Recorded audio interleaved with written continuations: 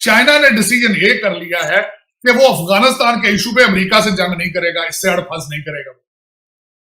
China ने ये decide कर लिया। उन्होंने थोड़े से पीनट्स के पैसे दिए हैं, जो मेरे ख्याल में अफगानिस्तान पहुंचे भी नहीं होंगे, रास्ते में कहीं गुम हो गए वो। लेकिन अब उसकी वजह से पाकिस्तान में बौखलाहट है कि चाइना उधर नहीं जा रहा। हालांकि उस बौखलाहट में आपने क्या किया कि चाइना भी आपसे नाराज है। IMF आपसे कंट्रोल नहीं हो रहा, FATF आपसे नहीं कंट्रोल हो रहा, वर्ल्ड बैंक आपसे नहीं काबू आ रहा, स्टेट बैंक आपकी नहीं सुन रहा, फॉरेन करेंसी वो आपके काबू में नहीं आ रही है, अफगानिस्तान में आपको समझ नहीं आ रही है, TTP से आप मुज़ाकरात करना चाह रही हैं।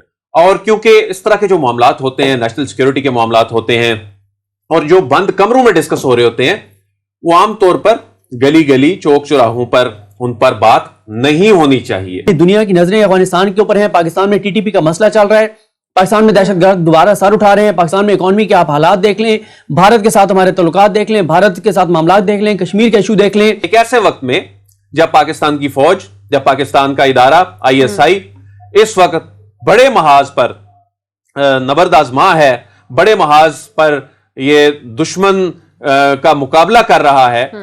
स्टॉक एक्सचेंज नीचे जा रही है, लोग आपके यहां इन्वेस्टमेंट करने नहीं आ रहे। की वजह से, अनसर्टेनिटी की वजह से यकीनन आपकी स्टॉक मार्केट, कैपिटल मार्केट को नुकसान पहुंचता है और पहुंचा भी है, और उसकी वजह यही होती है कि निकम्मे हुक्मरान।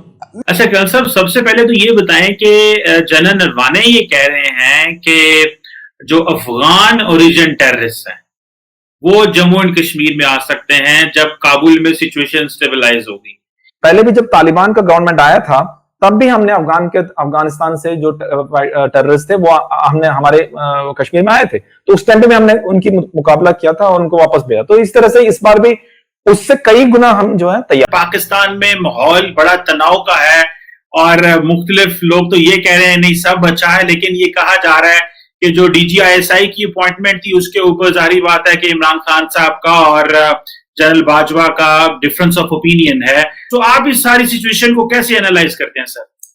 ये मैं समझता हूं एक पाकिस्तानी कौम के साथ एक और मजाक किया जा रहा है। अब मैं बताना ये चाहूंगा, इंप्रेशन ये जाता है कि ये फिर ISI की सपोर्ट की वजह से गवर्नमेंट चल रही है, इनकी अपनी पॉपुलैरिटी कोई नहीं है, कि वो एक ISI के चीफ चेंज होने से उन्हें इतना खतरा महसूस हो गया है कि वो चीजें खराब होती नजर आ रही। और दूसरा एक हिस्टोरिकल चीज जो है, दूसरा बैकग्राउंड ये है कि जब भी ISI चीफ चेंज हुआ है तो एक बड़ा तूफान पाकिस्तान में आया। माजी में अगर देखा जाए तो कई हुकूमतें हिली हैं उनके साथ। हालांकि जो इतना बड़ा तूफान जो है वो उसका सामना करने वाला है पाकिस्तान अफगानिस्तान की वजह से, लेकिन उसकी कोई तैयारी नहीं मौजूद। खान साहब ने, मैं समझता हूं जितने भी एलिगेशन थे, मोस्ट ने पाकिस्तान डॉक्टर कदीर साहब जो थे, जिन्होंने आपको जिंदगी दी है, आपकी लाइफ लाइन दी है, आप जिस बंदे ने, आप उसके जनाजे में नहीं गए। मैंने अगले दिन एक जगह पे ये भी कहा कि मुझे क्वेश्चन मैंने पूछा, मैंने कहा किसी को पता है अमेरिका के CIA का हेड कौन है? आपको पता है ऑस्ट्रेलिया की एजेंसी का हेड कौन है? MI6 को कौन चला रहा है? इंडिया में कौन चला रहा है? लेकिन यहां पे जब अगर आपको कहा जाए कि आपकी हर चीज हाइब्रिड है तो फिर आपको तकलीफ होती, दर्द होती। लेकिन पाकिस्तान ISI का चीफ नॉमिनेट करना इतना बड़ा तूफान है, इतना बड़ी खबर है कि जिस तरह पता नहीं क्या हो गया। इतने एंकरों ने प्रोग्राम किए हैं, इतने तबसरे हो रहे हैं, इतने कॉलम लिखे जा रहे हैं, इतनी मीटिंग्स हो रही हैं, आलेमान हो गया। मेरा मकसद इस पे अफसोस जितना भी किया जाए मैं समझता हूं कम है। चाइना ने डिसीजन ये कर लिया है कि वो अफगानिस्तान के इशू पे अमेरिका से जंग नहीं करेगा, इससे हड़फस नहीं करेगा। वो चाइना ने ये डिसाइड कर लिया। उन्होंने थोड़े से पीनट्स के पैसे दिए हैं, जो मेरे ख्याल में अफगानिस्तान पहुंचे भी नहीं होंगे, रास्ते में कहीं गुम हो गए वो। लेकिन अब उसकी वजह से पाकिस्तान में बौखलाहट है कि चाइना उधर नहीं जा रहा। हालांकि उस बौखलाहट में आपने क्या किया कि चाइना भी आपसे नाराज है। आपसे बड़ा अरसा हो गया कि प्रेसिडेंट शी की बात नहीं हुई, गवादर पे उनको रिजर्वेशन थे, और इस बौखलाहट में आपने एक और ब्लंडर किया है जो कौम, हमारी पाकिस्तानी कौम अगले 100 साल भुगतेगी। वो क्या है? बिल्कुल पाकिस्तानी किसी को पता नहीं चलने दिया, अफसोस के साथ, कि ग्वादर छोड़ के कराची दे दी है चाइना को, बगैर किसी कौमी असेंबली से पूछे, बगैर किसी कंसेंसस के पूछे, उसी बौखलाहट में कि चाइना निकल ना जाए पैसे लेके, पीछे ना हट जाए सी पैक से, हमारे डॉलर रुक ना जाए, कराची दे दिया। बल्कि मुझे दुख हुआ उस बात का। मैंने अगले दिन ये भी कहा, मैं इस्लामाबाद और पिंडी भी दे दो, यहाँ पे कोई होटल बना लें चाइनीज आके। इसी तरह उन्होंने ये ट्रिप किया। अब मैं बताता हूँ कि वेंडी शर्मन करने क्या वहां गई थी। वेंडी शर्मन 2 चीजें करने गई थी वहां इंडिया में। आपके साथ बताता हूं आप क्या कर। एक तो S-400 जो रशियन मिसाइल सिस्टम उन्होंने ले लिया। अमेरिका हैज रिजर्वेशंस उस पे, उसकी क्लैरिफिकेशन के लिए, चीजों के लिए गई वो। उसके बाद अब खुद तो आप मुआवजा करें चीमा साहब, अगर आप वेंडी शर्मन की जगह हो, आप एक कंट्री में जाएं जो आपके असले का खरीदार हो, चाइना के खिलाफ आपसे असला खरीदे, आपको पैसे दे, साथ दूसरे कंट्री में आप 2 घंटे के लिए जाएं, जो जाते ही आपके पांव में पड़ के पैसे मांगे, तो आपका बिहेवियर क्या होना चाहिए? वही बिहेवियर वेंडी शर्मन का, वही बिहेवियर अमेरिका का। इंडिया उनका गाहक है असले का, उनका पार्टनर है चाइना के खिलाफ। आप पैसे मांग रहे हैं अपने लिए भी, पड़ोसियों के लिए भी। This is what the entire आपका डिप्लोमेटिक सारा मैंने सामने रख दिया। अब पिछले दिनों इन्होंने ये भी प्लान बनाया। और आज एक बड़ी अजीबोगरीब प्रेस कॉन्फ्रेंस हुई है। प्रेस कॉन्फ्रेंस कौन कर सकता है अजीबोगरीब? फवाद चौधरी कर सकते हैं। उन्होंने कहा कि जी एक तो DGISI की तैनाती जो है वो आईनी तरीके से की जाएगी। मुझे नहीं पता ये कहने की क्यों जरूरत पड़ी। क्या इससे पहले DGISI जितने भी तैनात होते रहे वो गैर आईनी तरीके से होते रहे, लेकिन जो आम आदमी की इस्तेमाल की अशिया, चाहे घी हो चाहे पेट्रोल हो, उनका महंगा करते जाएं। खबर आ रही है कि पेट्रोल चंद दिन में और महंगा होने वाला है। IMF आपसे कंट्रोल नहीं हो रहा, FATF आपसे नहीं कंट्रोल हो रहा, वर्ल्ड बैंक आपसे नहीं काबू आ रहा, स्टेट बैंक आपकी नहीं सुन रहा, फॉरेन करेंसी वो आपके काबू में नहीं आ रही हैं, अफगानिस्तान में आपको समझ नहीं आ रही है, TTP से आप मुज़ाकरात करना चाह रही हैं जिन्होंने इतना कुछ पाकिस्तान में कर दिया, अमेरिका आपको फ़ोन नहीं कर रहा, कराची की स्टॉक मार्केट जो है वो 10% डिप हो गई है पिछले चंद महीनों के अंदर, और जिसमें इतने अरबों का नुकसान हो गया कि उसका पता ही नहीं। लेकिन ले दे के आपकी गवर्नेंस बड़ी अच्छी है, आपकी गवर्नेंस बड़ी अच्छी है, और ये सारा सोशल मीडिया जो है ये प्रोपेगेंडा कर रहा है कि आपकी गवर्नेंस से लोगों की नज़रें हटा रहा है। तो बाकी फिर सोशल मीडिया जो है वो गलत कह रहा होगा। तो PTI इसरार करती है, 1992 से PTI का वजूद शुरू होता है वर्ल्ड कप से, और वो इसरार करती है कि पाकिस्तान ने रियासत मदीना बनानी है, लेकिन एक तरफ शराब जो है वो शहद बन जाती है और एक तरफ कोई और चीज़ कुछ और बन जाता है। हालत यह है कि हमें कोरोना पे लगाया हुआ है, लेकिन इस वक्त सिर्फ लाहौर में मैं आपको बता सकता हूँ कि हर तीसरा घर डेंगू से भरा हुआ है। आपको बता सकता हूँ कि पिंडी और इस्लामाबाद में तो बुरा हाल है डेंगू से। लाहौर की मुझे रिपोर्ट्स मिली हैं कि एक बेड के ऊपर 3 पेशेंट जो हैं वो हॉस्पिटल्स के अंदर हैं और डेंगू पेशेंट्स हैं। लोग अब डेंगू से मरना शुरू हो गए हैं। यंग नौजवानों की बात कर रहा हूँ, और ये मैं कोई अफवाह नहीं फैला रहा। सफाई नहीं हुई है, गंदगी नहीं उठी है, जहाँ पानी खड़ा है वहाँ पानी खड़ा ही है, तो कोई उसका सदबाब नहीं हुआ। तो ये होना था, लगता है अवेयरनेस ही नहीं है। ये कहते हैं खुद ही खत्म हो जाएगी एक चीज़, ऐसे नहीं खत्म होगी। अगर खुद ही कुछ खत्म होगी तो इमरान खान साहब वो सिर्फ हुकूमत के दिन खत्म होंगे।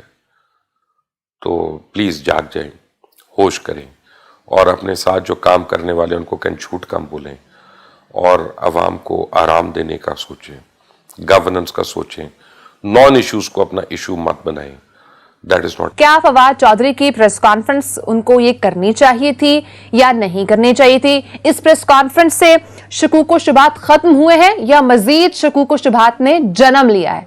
और क्योंकि इस तरह के जो मामलात होते हैं, नेशनल सिक्योरिटी के मामलात होते हैं, और जो बंद कमरों में डिस्कस हो रहे होते हैं, वो आमतौर पर गली गली चौक चौराहों पर उन पर बात नहीं होनी चाहिए। तो ये सारी वो चीजें हैं जिसने एक ऐसे वक्त में जब पाकिस्तान की फौज, जब पाकिस्तान का इदारा ISI इस वक्त बड़े महाज पर नबर्द आज़मा है, बड़े महाज पर ये दुश्मन का मुकाबला कर रहा है, तो ऐसे में मैं समझता हूं कि गवर्नमेंट की जानिब से देखें, जो गवर्नमेंट है ना, उसका काम यह होता है कि वो रियासत को फैसिलिटेट करती है, वो खिदमत करती है, ना कि उसके रास्ते में कोई रुकावट डाले। लेकिन ये बात गली मोहल्लों चौक चौराहों पर डिस्कस करने वाली नहीं है। आप इस वक्त दुनिया को क्या पैगाम दे रहे हैं? और उसमें तो फिर वो जो शरारती लोग, वो जो शरपसंद लोग, वो जो लोग जो शरारत करना चाहते हैं, वो लोग जो इंतशार चाहते हैं,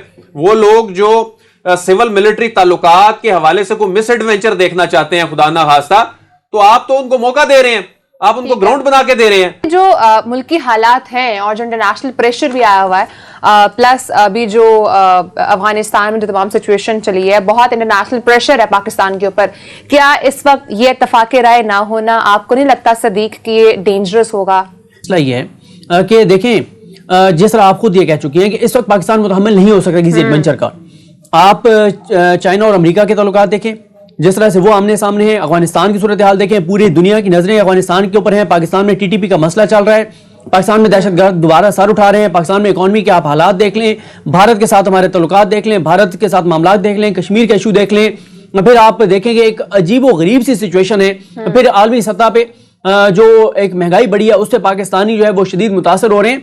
इस सारे माहौल में आपने एक इंतहाई सेंसिटिव इशू को छेड़ दिया और उसके ऊपर पाकिस्तान इस वक्त एडवेंचर का मुतहम्मिल बिल्कुल नहीं हो सकता। एक बात तो है कि इमरान खान साहब के जो मुशीर है ना, जो उनके इर्द गिर्द हैं, उनके जो मुशीर है ना, मेरा ख्याल है कि उन्होंने इमरान खान साहब से ये मामला इस अंदाज में ये मिस हैंडल करवाया और ये इस अंदाज में नहीं होना चाहिए। फॉर्मल मीडिया ने इस चीज को इतना नहीं उछाला जितना सोशल मीडिया पे इसको ज्यादा हवा दी गई है। वो बेसिकली फवाद चौधरी साहब का फेवरेट मीडियम है। देखिए सोशल मीडिया, देखिए वो बड़ी खूबसूरत बात है ना, विद पावर कम्स रिस्पॉन्सिबिलिटी। हम लोगों को मिलके इस डेमोक्रेसी को चलाना है। जब हम आपस में जिस तरीके से एंटेगनिस्टिक पॉलिसीज की तरफ हम जाते हैं, आपस में हम लोग लड़ाइयाँ ज़्यादा करते हैं, उसमें नुकसान ये होता है कि आपकी डेमोक्रेसी डीरेल होती है और इदारों की साख को भी नुकसान पहुंचता है। और प्राइम मिनिस्टर को जल्द अज जल्द कंसल्ट करके इस बहरान से फौज को, ISI को, इस मुल्क के लोगों को उस बहरान से निकालना चाहिए था कि ये कंफ्यूजन ना पैदा हो। सबसे ज्यादा नुकसान अगर आप देखें 3-4 दिनों में एक बयान वजीर खजाना साहब ने दिया, हम टैक्स इकट्ठा नहीं कर पा रहे, ट्रेड डेफिसिट बढ़ गया। भाई अगर बढ़ गया अपने सीने में रखो, करके ठीक दिखाओ। स्टॉक एक्सचेंज नीचे जा रही है, लोग आपके यहाँ इन्वेस्टमेंट करने नहीं आ रहे। की वजह से, अनसर्टेनिटी की वजह से यकीनन आपकी स्टॉक मार्केट, कैपिटल मार्केट को नुकसान पहुंचता है और पहुंचा भी है। और उसकी वजह यही होती है कि निकम्मे हुक्मरान नहीं ये मैं नहीं, इस काबिल नहीं है ना हुक्मरान। और क्या कहेंगे फिर? चलें अब, अच्छा चलें। स्टॉक एक्सचेंज बैठ रही है, किसी को कोई पता नहीं। डॉलर कहां जा रहा है, किसी को कोई पता नहीं। आटा कहां चला गया, चीनी कहां चली गई। हम चोर थे, हम निकम्मे थे, हमने तबाह कर दिया था सब कुछ। आज सब भला है। और ये भी कहने में ऑन रिकॉर्ड है कि टैक्स इकट्ठे नहीं हो रहे। हुकूमत टैक्स इकट्ठा नहीं कर पा रही, हुकूमत अशिया ज़रूरत जो है वो पूरी नहीं कर पा रही, मार्केट के अंदर इंपोर्ट कर रही है, महंगी कर रही है, लेट कर रही है, किसको फ़ायदा पहुंचा रही है कोई पता नहीं है। नौकरियां बाजें बिल्कुल कर रहे हैं सारे।